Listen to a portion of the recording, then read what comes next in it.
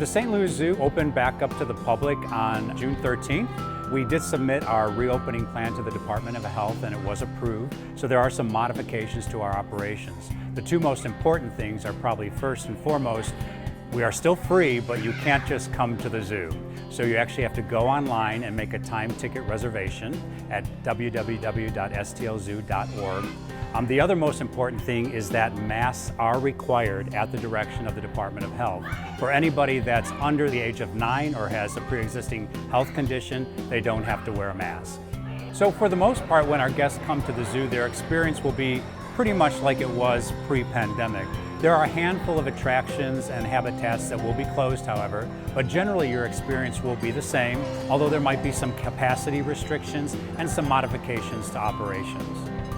So the most important way we can keep our staff safe is by having, first and foremost, our public accommodate the rules, wearing the mask, social distancing. If they do that, they'll keep each other safe, they'll keep our staff safe, and they'll keep our animals safe. But there are special precautions that some of our staff are taking that work in particular animal areas. The coronavirus is what's called a zoonotic disease. So it's an animal-borne disease, that's a coronavirus, and it is zoonotic in that it came from an animal to a human.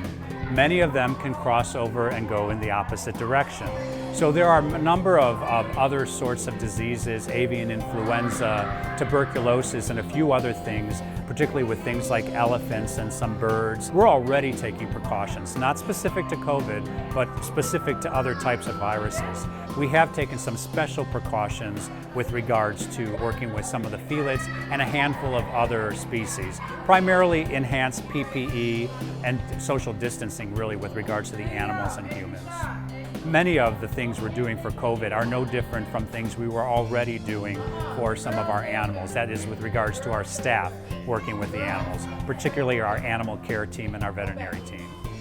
One of our main missions is connecting people with nature and animals. It's important to mental and physical health, and we've actually determined that and studied that here at the St. Louis Zoo with our research department and Institute for Conservation Medicine.